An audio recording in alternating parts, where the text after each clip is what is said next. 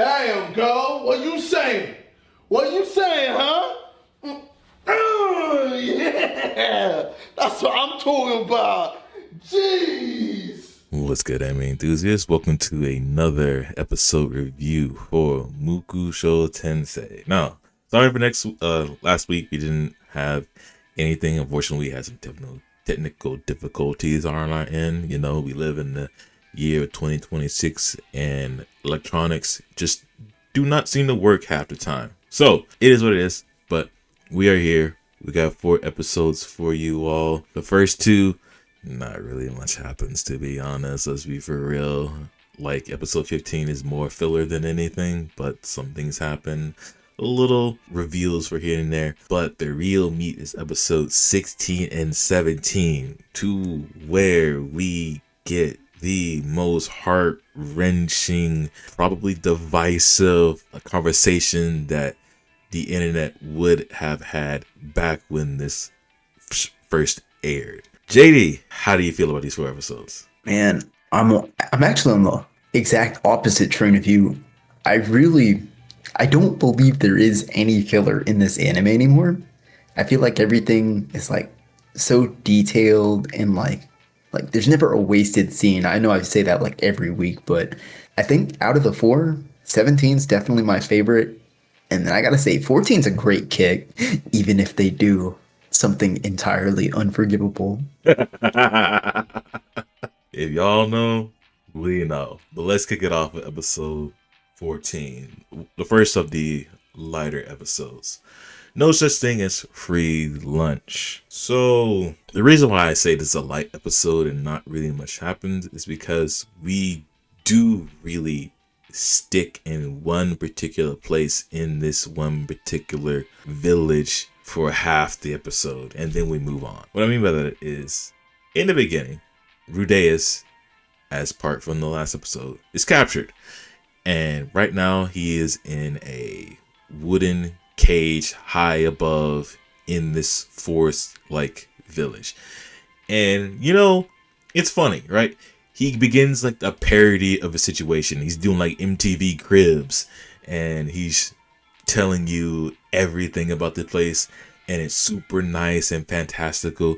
When we all know and realize the dude is naked in the cage, and they just splash water on him when he needs to bathe. That's it. They don't give him no loofah, no soap, no nothing. It's just water. And of course, he is in that wooden prison for his actions, for playing with the sacred beast, and for being accused of being one of the actual bandits / kidnappers.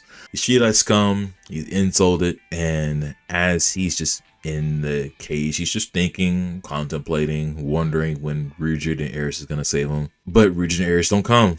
It takes time, days, and on a certain day, somebody else gets thrown into the prison. And there's a comedic scene of Rudeus laying on his bed, being like the boss, being the anarchy, and we found out the guy's name is Geese, and he got caught cheating. So Geese, learning who Rudeus is through name, thinks to his mind, I may have heard your name somewhere before.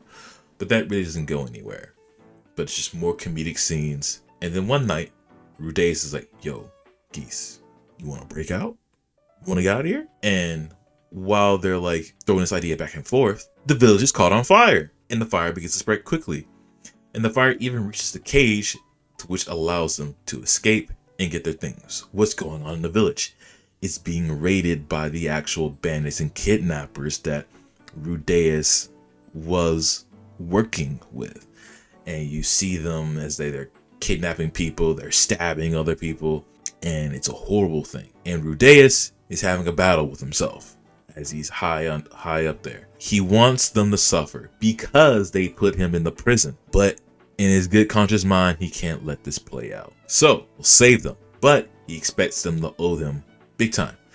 So he springs into action along with Geese, casting spells. Geese getting there and getting some licks in himself. And after dousing the fires with his magic, the beast folk are able to fight back, now being able to smell again. As with one major one, he goes through, he starts kicking all the kidnappers and bandits, and all of them manage to reach the children, except they have to face the boss, Gallus Cleaner, the actual head of the Banished Raiders and everything. And after Gallus divulging the plans of what he's been doing and everything, we also found out that, hey, who's buying up all these beast folk women and children? Nobles. We know a certain noble that has beast folk and children. He probably didn't do that, right? Right.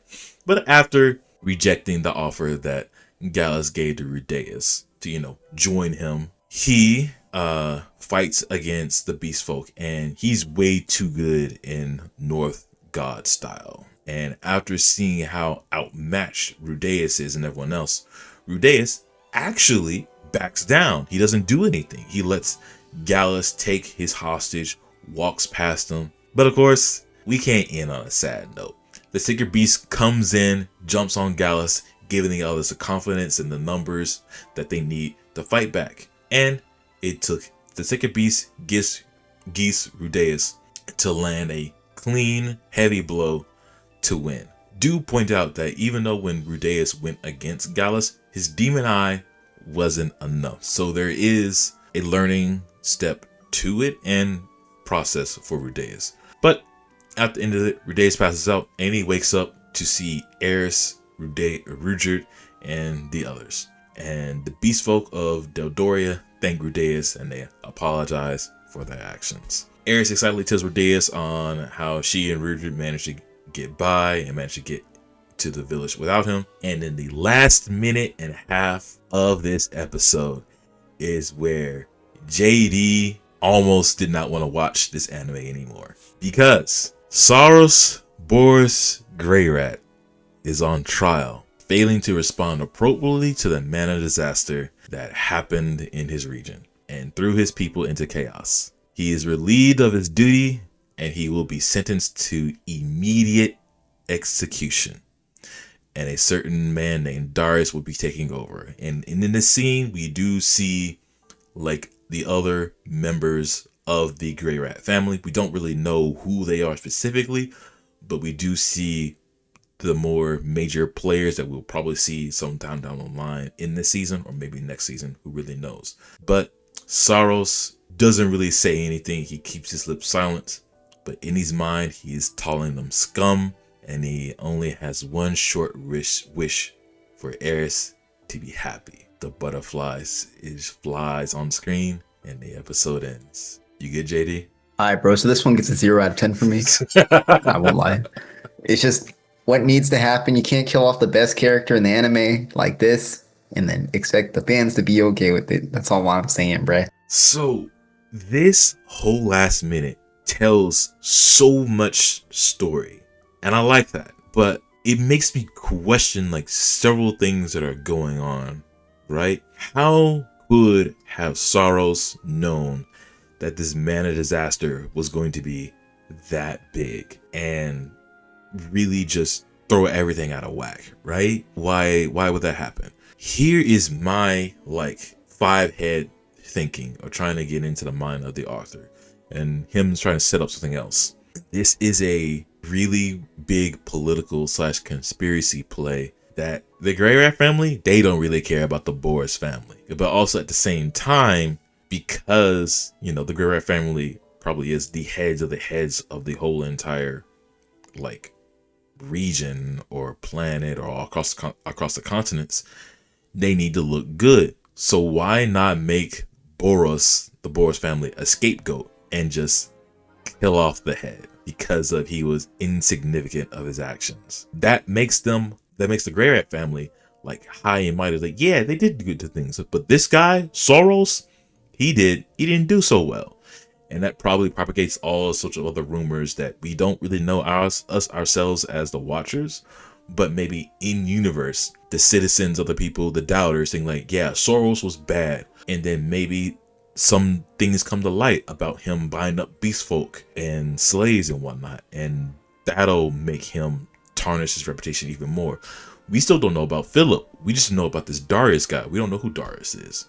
But of course, we see the other members of the Greyrat family, especially those that were like near Saros. Those two guys, scummiest people ever. And we don't know who that guy up top, the the judge of everything and everything.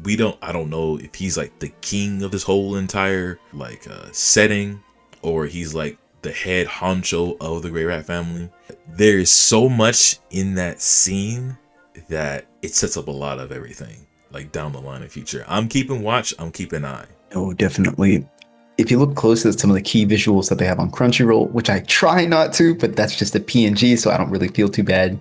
You can see some other supporting characters in the rafters observing the execution as it takes place. And there are a lot of unique, cool designs that I can't wait to like sort of be introduced to, hopefully in this season, but I suspect probably next season they'll be like more important. I definitely will say Saros, my boy, my goat, he did see the big fucking manosphere in the sky for the longest time and just like didn't do anything. He was just saying like, oh, it's there.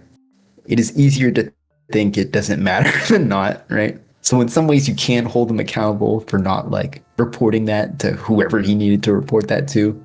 But there is the other side of it where it's like, yeah, realistically, what are you going to do about a mass teleport event? Like, who's predicting that, It's not even a mass teleport. Not only is it a mass teleport, it's a mass destruction because, well, we'll see it later on in other episodes. It destroyed the entire region that the Boris family was over. Yeah, that part was definitely a shock when I saw it, like, in episode, that's 17, yeah? Yeah. 17. Another thing about this episode specifically, my boy Gallus, North God sword style, and a master, and he's doing just like petty crime, petty smuggling.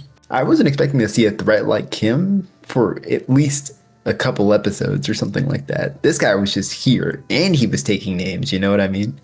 You know what the craziest thing is? He is one rank above Paul. So technically he is better than Paul.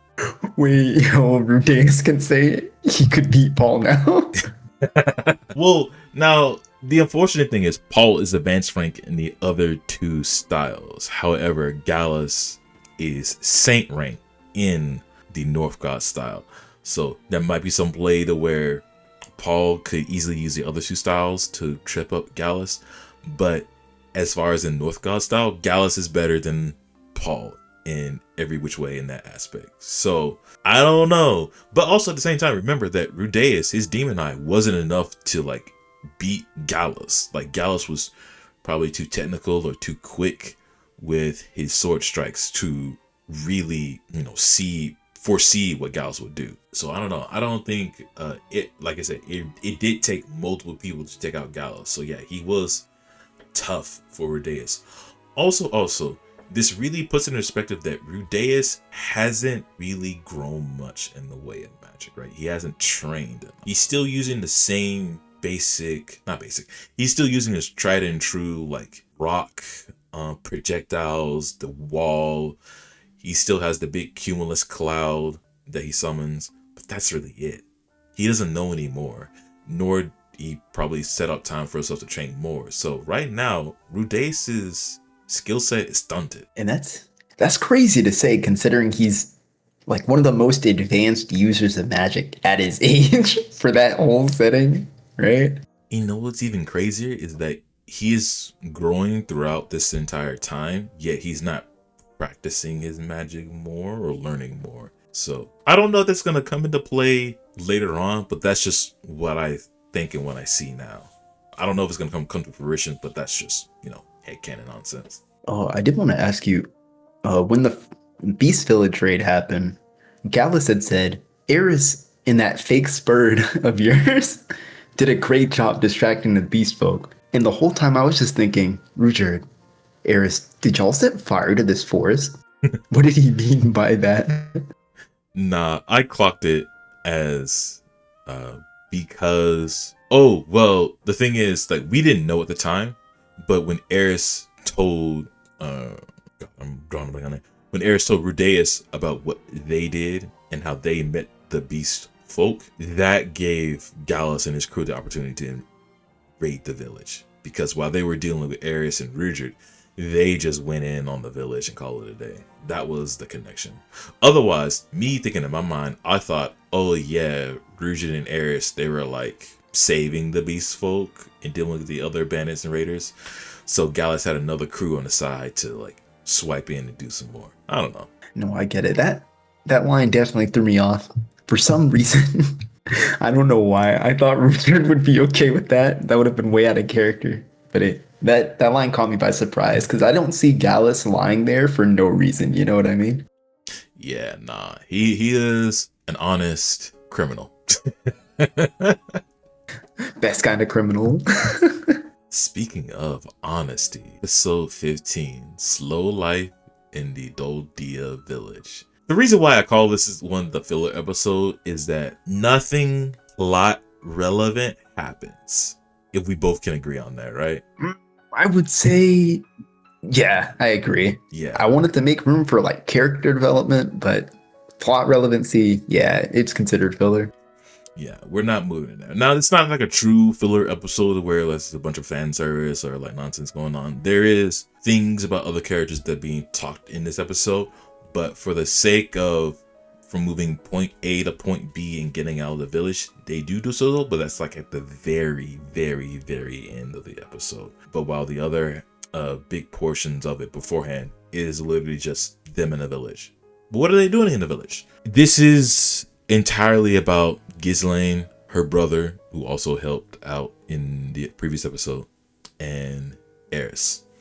It's about Eris telling the whole village about Ghislaine, more on the hand of her brother and her brother's daughter, Minitona. And when the topic of conversation of like how Eris fought comes up, and she's talking about Ghislaine, we learn that from her brother, Ghislaine wasn't well liked. She abandoned her duty to guard the forest and the sacred beast, and she's a disgrace to her people. And upon hearing that, Eris gets mad, starts defending Ghislaine's name and spouting all of her stuff as the best she could. And because she's so emotional, maybe she doesn't come off the right way. But Rudeus comes in with the more, what's the word I'm looking for? Comforting, more sensible, more well thought out words, telling the brother that, yo, she learned magic, she learned other things. And while this is going on, the brother at first is like hostile about it, and then slowly over time he is like, did my sister really do that? Like, he's in disbelief that the sister that he knew that left the village in that state is not the sister that she is now.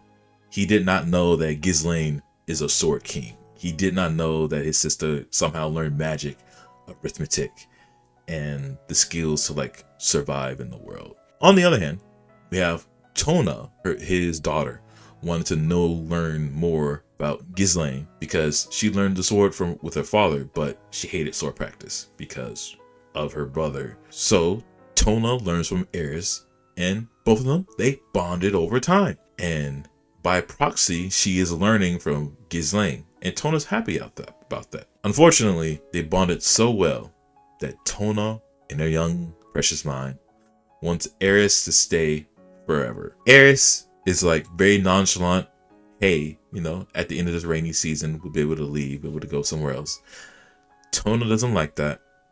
They fight over it. Also, we get a little bit some more backstory on Ghislaine, to how when she left the village, she was also taken away by a wandering swordsman. We don't really know who that is. Hopefully we get to see him later on. Though, talking about Ghislaine, Eris talking to Tona talking back, the brother also understanding as well. Throughout all of that and spilling out their hearts, they all come to a collective understanding, enabling Eris and the group to leave. However, the brother is like, yo, Eris, fight me 1v1.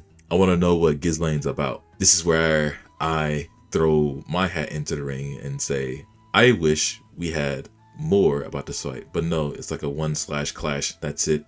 The party leaves, and as the party leaves, Geese manages to get out of his holding because he was captured along with Gallus. But they're on the way to the holy country of Millis in these last few minutes. They pass by a monument of the 7 great powers, the 7 strongest fighters in the world, and they're ranked from top to bottom, starting at the top: Technique God, Dragon God, Battle God, Demon God, Death God, Sword God, North God. We'll come back to those in a moment. Rudeus, he himself saying, oh yeah, I want to be one of the top 7 great powers one day. but yeah. And then no one, by Gisa's saying, no one really knows if the top 4 are dead or alive. And then the episode ends. Let me get my negative out of the way. I really wanted Eris and the brother to have like a proper like sword fight. Don't give me this 1/clash nonsense, man. Y'all showed so much like beautiful animations beforehand, even with the training session with Ruger back at Zamport. Y'all can give us a little bit more action.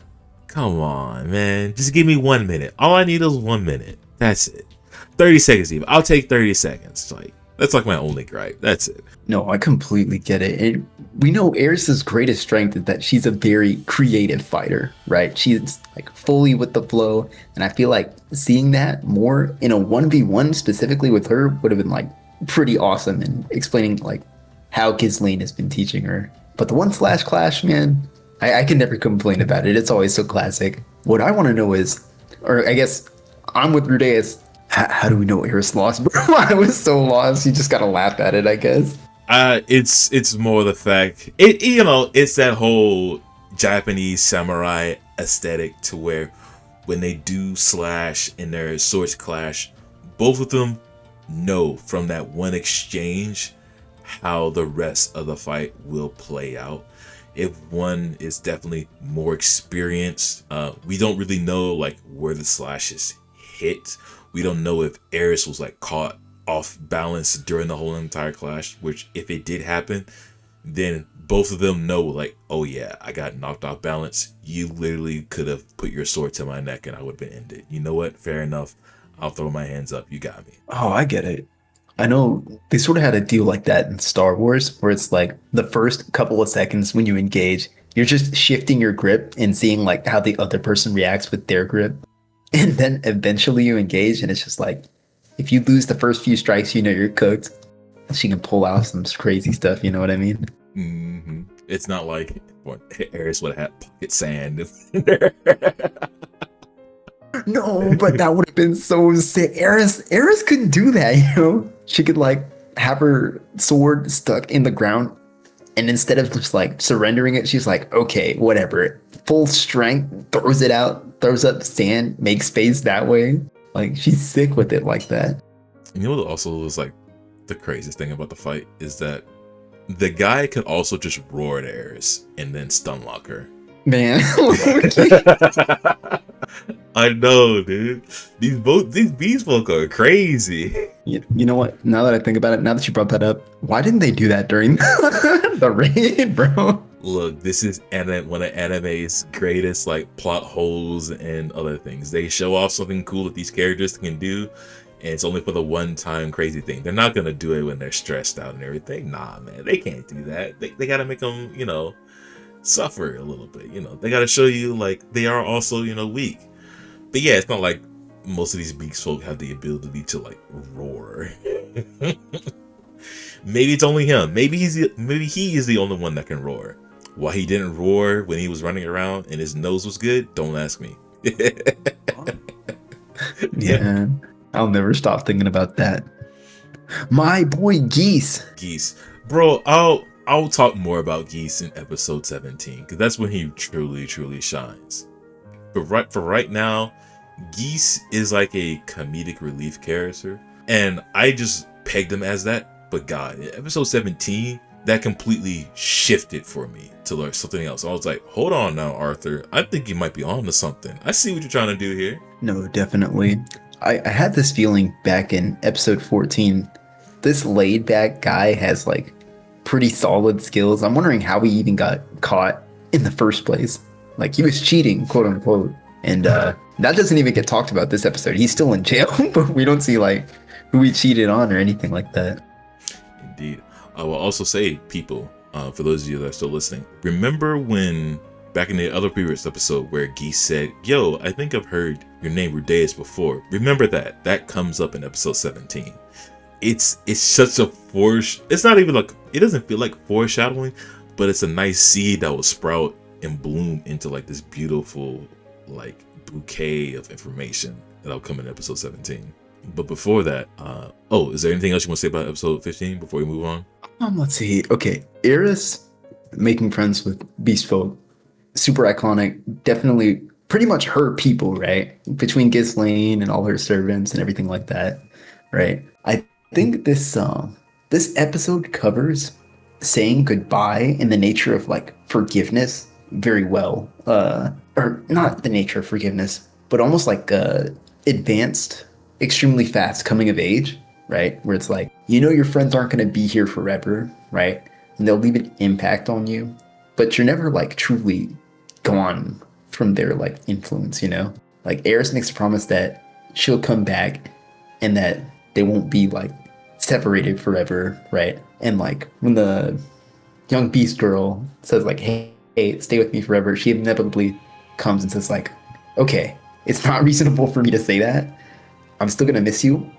And she actually initiates the apology, which leads me to the most important part.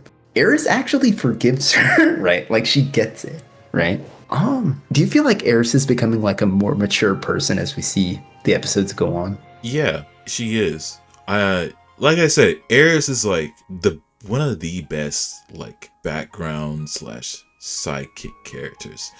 You don't see her often too much, especially during this leg of the adventure. Like even way back in the Demon Continent, like she's not forefront and everything, but she is growing. She is getting stronger, and quite literally back beforehand when she was learning and when Ghislaine was telling her about Ghislaine's adventures, and that's how she more retained everything that she learned. This is how Eris learns and retains and grows. It's like she needs to be on these exciting adventures. She needs to see the world. She needs to meet new people. She needs to be in these diabolical and desperate situations in order to figure things out. Does she have a quick temper on her head? Sure, she beat up the Tokoburo toughs because, well, she didn't understand the language and her outfit got some dirt on it. Or no, she lost a button off her outfit, so she went off on them. But afterwards, she was kind of okay. And then noticing and being with Rudyard and Rudeus and then saving the people, she's like nonchalant at times and not really an airhead, but not really thinking things, but she is processing things. She's on the big emotional side to where if she feels threatened or anybody else she's with feels threatened, she will jump to defend them right front and center. She is ride or die. But when it comes to being focused on things, she will stay focused. I like that about her. And this moment of her like being in the mentor role at her age, much like how Rudeus mentored her in teaching her things, she is now teaching someone younger than her how to fight, and then not really, control your emotions, but understanding that, hey, I got things I need to do. I need you to be okay with me leaving. And for Tona to have the support around her and to come to understanding for Eris, and they're able to link up and bond with that, cinema. Yeah, I think Eris's role in this party is emotional like center, right? She's never gonna put anybody's feelings like on the wayside for any sort of mission or anything like that. She's never gonna disregard what somebody says, even if it's like a joke. If it offends her, she's gonna fight. If it offends like a friend of hers, she's gonna fight even harder, right? I just love what Eris is becoming as we go further in these episodes. Emotional center, you say? That really does happen in episode 16. Speaking of, the family squabble. So, the party finally reaches the edge of the capital of the holy country of Milcion. Geese parts ways with the party at this point and reminds Rudeus to, hey, check out the Adventurers Guild. Doesn't say why, just say, hey, yo, check out the guild. But in the intro, until we get to the point where we see the party again, or like they talk, we just get to see beautiful looking visuals for the city. And it definitely looks like a holy country, a holy city with a lot of religious, not art, religious like architecture in that kind of theme that really pegs it as a holy city. whites, blues, bits of yellow here and there. A lot of symbology. Nice. The waterways and aqueducts as well. Nice looking city. The party talks shop in the end, saying, yo, we need money to get to Ashura. And Rudeus has an idea to make money while also trying to repair the Superhead's reputation. When they complete a job, they will reveal Rudeus' true nature of him being Superhead, and they will hand them a statue as a form of a charm. That, hey, as long as you have this, you're okay. Woo, I'll come back to that. That's my negative for this. Or not negative, but more of a little, really? But Rudeus plans to write a letter to his folks, and Ares plans to do some goblin slaying. So, the next day, they put our plans in action. We don't see Ares or Rudeus, but we focus on Rudeus, as he's trying to write, but he can't really write. And he wonders what to write, since he's experienced a lot beforehand.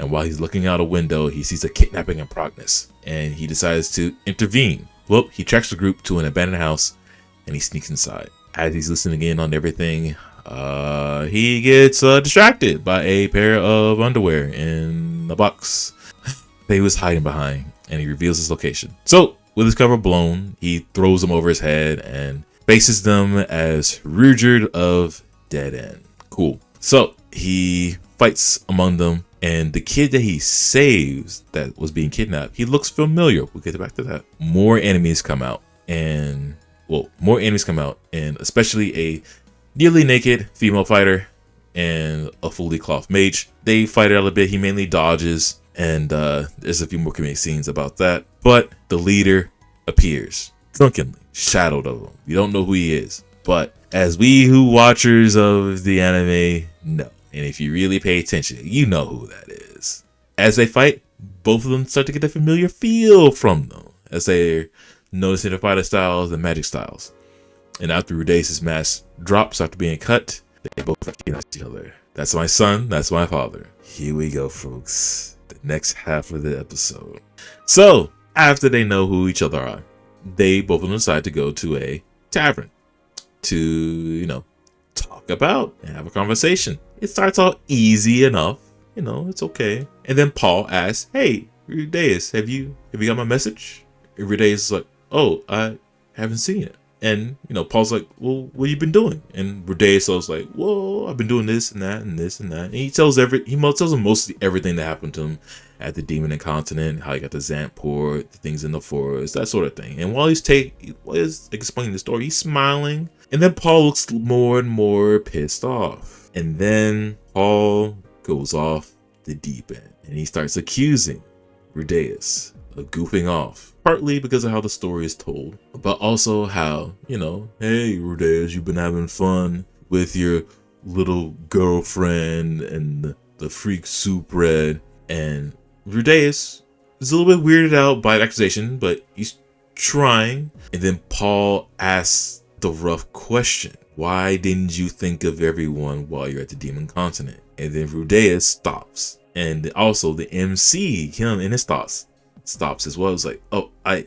haven't really thought. And he says it himself out loud. I really didn't think about that. And then Paul goes hard and even harder. And then the argument happens as Rudeus then now starts to fight back. Then calling out Paul being with the nearly half naked female fighter.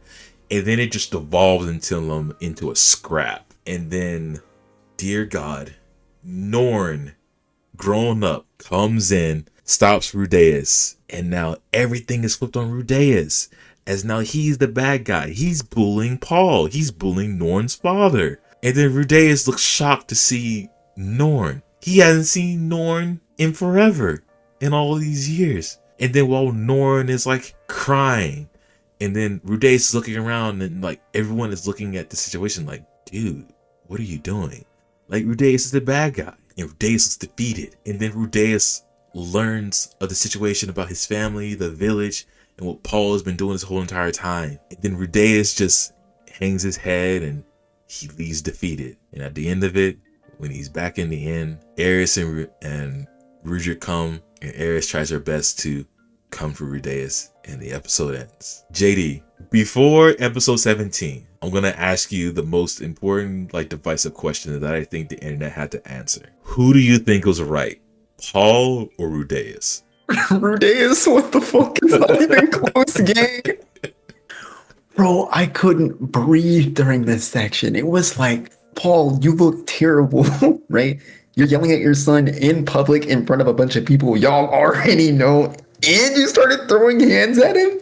For what, bro? He's 11. Come on, man. And like, for me, right, specifically in Rudeus' shoes, if I'm going through hell, I'm not telling my parents either, right? There's no shot, right? I'm gonna say like, oh, it wasn't that bad. Things were okay. I'm glad to be here, right? So it's like, I completely get where Rudeus is coming from. I get Paul is like also having the worst time of his life probably, but by God, bro, just no emotional control on that, man. And no nuance either. Yeah, but the more I think about it in these weeks, in these days, the more I think, listen. To play devil's advocate a little bit, Paul did have ground to stand on.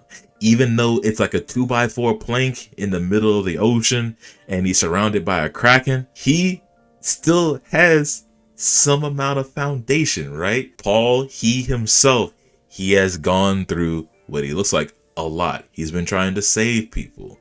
He's been doing things. He's rough and he knows everything. He made the call and he is kind of right to accuse Rudeus of, hey, why didn't you get my message? Why didn't you think of us? Why didn't you try to do this, that, and the other? He has something, but for me, the real nail in the coffin was Norn coming in, stopping the fight, and saying, stop bullying my dad. And I was like, there is no way that Norn she herself actively weaponized herself against Rudeus, and Paul not doing that. That's wild. No matter who you are, you can't lose. You will always lose a fight against a child trying to defend her father, who she thinks is in the right. Who Paul is kind of in the right, at least from her perspective. It's definitely like, Norm flips the script really, really hard here, right? Now, I'm exactly in Rudeus' shoes. What do you mean I'm bullying Paul, right? That's crazy talk. And then why is everybody looking at me like that? It's like, whoa, hold on. And at first, I honestly thought like the animators, the author, they were giving Paul way too easy of an out, right? I had no expectations for that man at all. I was thinking, okay, so he just wants to die, I guess. It's cool. I wasn't worried about it. But yeah, man, hey, I'm glad episode 17 exists.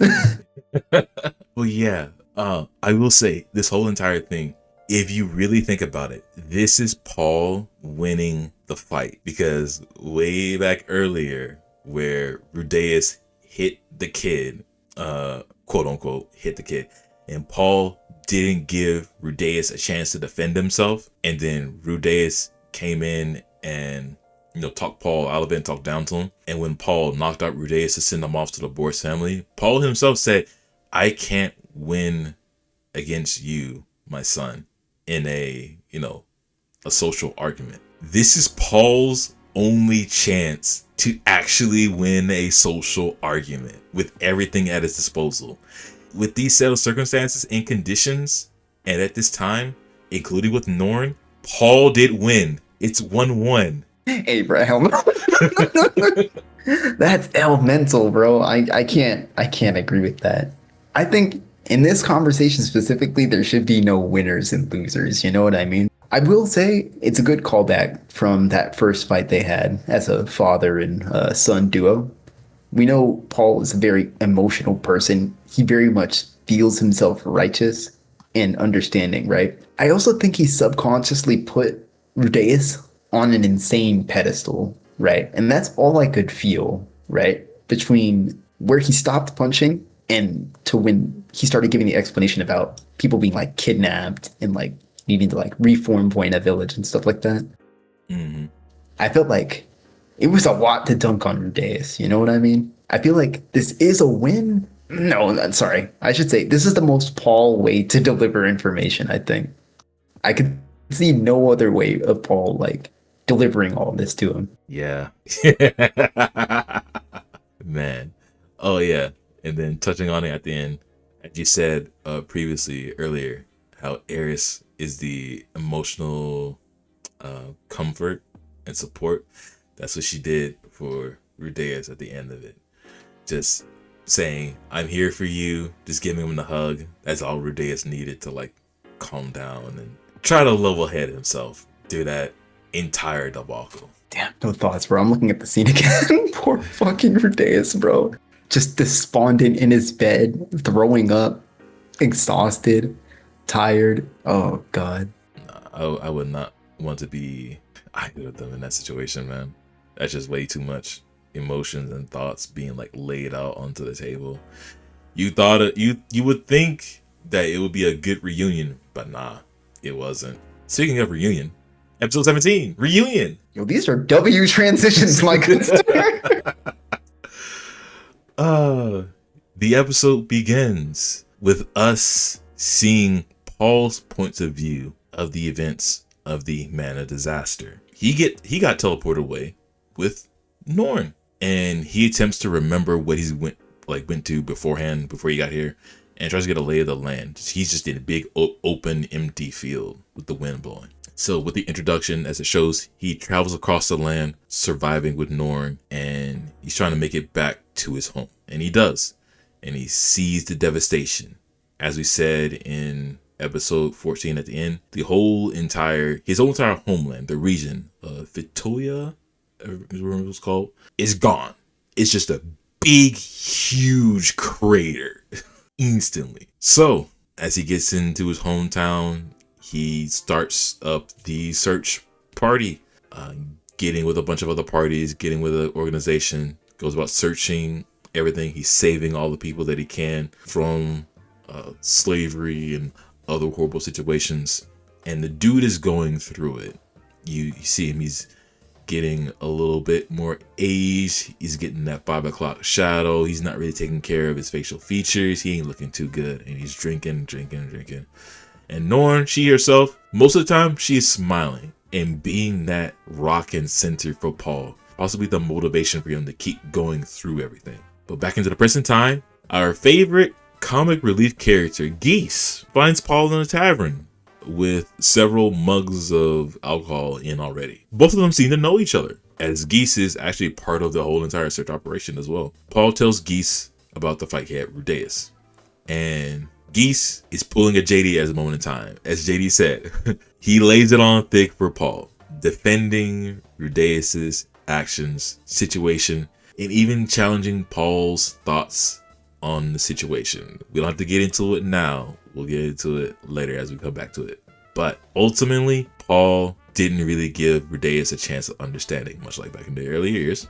Geese suggests Paul, yo, talk to Rudeus again. So, next day, Paul goes sees Rudeus and the party, and he officially meets Eris and Rudra for the first time, after having like a one-sided scuffle with Eris, and Rudra picking up Eris, and then Rudra giving Paul some advice. Paul sits with Rudeus, and in the background, as the animator show perfectly, the bartender is actually standing in silence, cleaning his glass, but he's actually listening in onto the conversation. He'll come back to it in a moment. But Paul and Rudeus, they start to talk. Gets a little rough and ragged, a little But Paul is here to see Rudeus, and he wants to apologize. Rudeus himself, after the events of yesterday, he deflects away the apology, and he assumes and accepts all the fault, agreeing with all the assumptions and the attacks and the insults that Paul sent his way. Throughout it all, we do learn, us now, by Paul to Rudeus, that the Boris family is missing, both Saros and Philip. They don't know where they are. But before Rudeus can get to leave, the bartender gives both of them another drink, and he tells Rudeus, hey, I don't know what's going on, but look at your father. Rudeus, finally, after looking down at the table this whole entire time, looks up at Paul, sees his sad expression, see how distraught he is. And the MC now does a flashback to a time to where he himself was in a similar situation, to where he was talking to another, assumingly, friend, and how his friend kind of insulted his way of living and how he was, not really understanding MC's situation where he's been bullied his entire time and where he holed himself up in his room and becoming a neat, actually jumping on him and chasing him away. His friend never came back, but now the MC, now seeing Paul's expression, relating that back to what he did to that guy, and now saying Paul is actually doing better than what I did. So after that, and reflecting, Rudeus wants to pretend yesterday never happened. Let's redo the reunion of father and son. They do. It's a heartwarming moment. Paul tries his best, but he does kind of break down in his tears a little bit. It's a good, hard hug it out. Back at the end, where Rudeus and Paul were chatting a little bit, Eris and Rudrick comes in. They see that they made up. Everything seems fine. Rudeus holds a small meeting saying that we're going to go to the central continent to search for his family. He also tells Eris, hey, it seems like our homeland doesn't exist anymore and your family's still missing. Eris doesn't cry. She just stands up, steals like a steel resolve and saying, yo, I was already prepared for that. Okay. Next day, both sides begin to part ways. Norn is extremely wary of Rudeus because of what happened. But Ridget seems to calm her down. She just kind of like goes, huh? And that's pretty much it. We don't see her like reaction afterwards. But both parties do split their ways with Paul and the others getting the statues of Ridget. Also, Geese is going off on another adventure to Begarit. And spirits are high on both sides. And with that, the episode ends. We made up, JD. Everything's fine. This is a cathartic ass episode. Geese is absurd. First things first. He just that mental clarity to both understand and acknowledge the problem instantly and talk some sense into Paul when nobody else could sort of implies that he like has a not a deep relationship, but at least a pretty good relationship with Paul. And I feel like he's been on the pulse with a lot of people emotionally. I really want to see more of Geese. I want to know exactly what he is. He seems a little too good. You know what I mean? Yeah, and this is how I think Geese was trying to set up this it was pretty much told that Geese was trying to set up this reunion because back when he was in the cage with Rudeus, he said like, oh, I think I know that name from somewhere. And then before they got into the city itself, he told them to, yo, check out the Adventurers Guild. And then in this episode, before he took the ball, Paul, he said, hey, why don't you go to the event? Why don't you go to Guild tomorrow? Maybe you'll see something. The thinking that Paul didn't meet with Rudeus yet. So he's trying to orchestrate this whole entire thing. But since it didn't happen, that's how we got there. But Geese is a lot more intelligent than his comedy will show. Okay, this one for you. Mm-hmm. How do I start this? I don't know how to start this. Oh no. Just say it. Just say it. Paul going out of his way to shave before meeting Rudeus again. I appreciated that little detail, right? He wants to like look more like his old self to Rudeus. And that's not like really symbolic, but it is kind of symbolic of like a fresh start. That I will also say that is Paul trying to go, I looked terrible. Let me clean myself up. Let me show that I'm truly trying to be apologetic and that I'm not really, sure, I drink, but let me present myself as best as I possibly can for my son for this apology. Because if you really want to show anybody any amount of respect in like a social context, especially very, very old Japanese time, before you would meet with somebody important like a daimyo or shogun or the lord, you would clean yourself up. Even if, like, literally, you wake up the morning and you take a bath and everything, you look clean, cool. 2 hours later, somebody says, hey, yo, you need to meet the lord of this place over here at this station in 10 minutes. Look your best. And you're probably thinking, well, I already cleaned myself up. Well, no, I actually need to go now clean myself up because maybe there's some dirt or some stuff on me. Let me go clean myself up. Let me look my best. Let me give the person I am talking to the most amount of respect I can possibly can. Because if I show up dirty, that doesn't mean I'm not really trying to hear what they're trying to say. I'm trying to be whatever I am. Things of that nature. Yo, exactly, dude.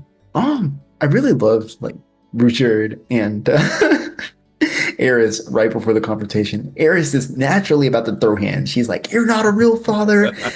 Nobody would do that to my boy Rudeus. How could you? You're awful." And Richard is just like, "Bro, that's just how dads are." And I was like, "Damn, okay, Richard. I don't know if you're an op yet." And then he delivers the coldest line, I feel like. And he says, "You may have your grievances, but those only matter while your son is alive." And then he bucks off. Oh my. Just like, dang, dude. If that's not like an open threat, no, it's not a threat, but those are some wise words, man. It is, because now Paul knows, oh yeah, my son was in the demon continent. He literally could have died. Richard has seen people die because of Rudeus. So he knows. Richard's own son died too, yeah. So that probably hits even harder for him. Yeah, Richard is he's just there. Which is crazy that he is gonna die at some point at the end of season. In this season. Oh my god, chill, please, no, bruh. Do not, bruh. Hey, I'm just saying, man. If you saw the key visual for season 3 of Mushoku Tensei, Richard's not in there. What do you mean? Yeah. You're looking at season 3 stuff, right? Guys, help in the comments. Please lie to me. Now, we haven't seen season 2. We don't know if he's still alive in there, and we still haven't got through season 1, so my call shot hasn't happened yet. But dear God, if I get that character assassination, My God. Listen, I'm fine with being wrong. But it's fun, to just, line up a call shot and just let it happen. No, I completely get it. God, what's something heinous I could call right now as revenge? Eris will be like no longer the main support by the time season 1 ends. I'm fine with that. Why would you be fine with that? New face. Because then we'll get Sophie, or we get Roxy. No, that's crazy. Hey, remember, there's a mini harem in this, so they just rotate out. Oh no. Even the genre is working against me, Brad. No. Oh man. I will say, the bartender's like my favorite out of the whole come together reunion thing, because while he was listening in, he realized and he knows, and even the animator show as well, like Rudeus never ever once looked at his father when he showed up, and it's only when the bartender says, "Hey, look at your father," is when everything clicks. Had Rudeus not, we still would have had like terrible ties between both Rudeus and Paul. W bartender. No, I think he was definitely the absolute hero of this episode. Even not as much as Geese. I almost threw my mans under the bus, but I loved how that was shot, to be honest. Rudeus never once looking up to see his father, and the camera specifically cutting out Paul's eyes while they're talking for like a good majority of the talk is just great cinema, right? And I don't know if you noticed the way that Rudeus looks down at Paul while he was punching him is the exact same one that Paul looks down on Rudeus during their apologies, and it's just so cool, like father, like son, man. Yeah, it's amazing. Yeah, Geese, the bartender, and Richard, all three of them really helped both Rudeus and Paul to like come to an understanding and get there. Ares too, you tried. Nah, if anybody, nah, Eris, ride or die. Yo, the fact that she took like a bunch of hits from Richard. Yo, that black eye was crazy. Richard being like, it was really hard to contain this time, guys. I was like, okay, fucked up, Richard, but I get it. Oh my God. I better see some like extra scars on his back next time he has to hold down Eris, bro. Okay. Oh, I done glossed over it, but before we close out, back in episode 15, the stone monument that had the 7 great powers. remember when we were MC was talking to Man God in his dream like sequence, and Man God mentioned the Dragon God. The Dragon Yeah, I God's on that remember. monument. Wait, hold on. Yeah, the Dragon God has the is more knowledgeable about isekais and stuff. The Dragon God is second on the seven great powers. So big. I don't know how. I don't really know how to form this, but somehow, no, not somehow. And when Geese said no one really knows if the top four are dead or alive, the Dragon God is alive. Because if the Man God is talking about the Dragon God, possibly the Dragon God should be alive. So the top four have to be alive at some point? Probably. That makes sense to me, to be honest. It'd be kind of weird. As like a narrative device, it would be weird for the authors to have a character be like, oh, nobody knows if they're alive or if they're dead, and then not do something with it. So like, Yeah. So also the thing is, I think Man God is also Battle God. Or kind of has to be Battle God. Because back when Rudeus was learning languages, I believe when he said trying to learn the Battle God language, it was similar to like learning the human language. I had to double check that. But which means that if that's like interchangeable, then Man God equals Battle God. So now the question is, how is Man God communicating with the MC? oh dear. And what is Man God planning with the MC when he was like seeding him all of this information and hints? You might be cooking, yo. No, you are cooking. I'm just saying. We also know that there is a demon god. We don't know who that is. My hope that the demon god is Kish Kish. That's my hope. Kish Kish is the demon god, and nobody knows that there's a literally great power just walking across the masses. It'd be funny. But I'm also thinking that demon god is Lapis, and Lapis is probably alive somewhere still. Maybe.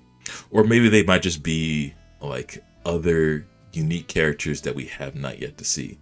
But if Rudeus says one day he wanted to be one of the great powers and replace one of them, probably the demon god because he is a demon. And if Geese says no one really knows that the top four are dead or alive, we're gonna meet them one day.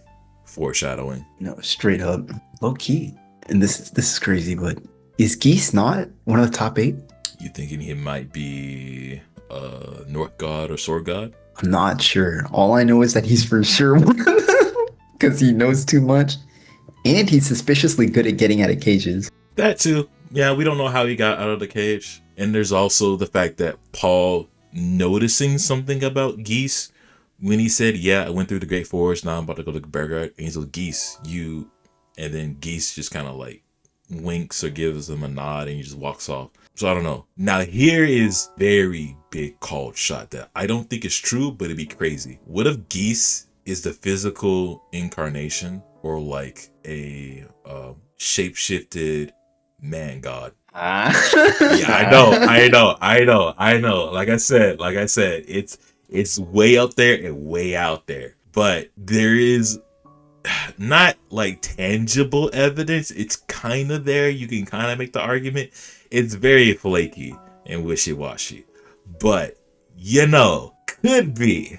I'll just stick with Rujib dying by the end of season 1. Oh, man. Anything else, man? Anything else? Oh, nothing from me here, man. Good episodes. Really good episodes. Indeed, y'all. Let us know what y'all think in the comments below about all these episodes. Anything you want to share, anything you want to comment on, anything that really struck out for you. Oh, yeah. So, I don't have it pulled up right now, but one of you commented below in the previous episode about the promiscuous elf girl, how she plays like a much bigger role in the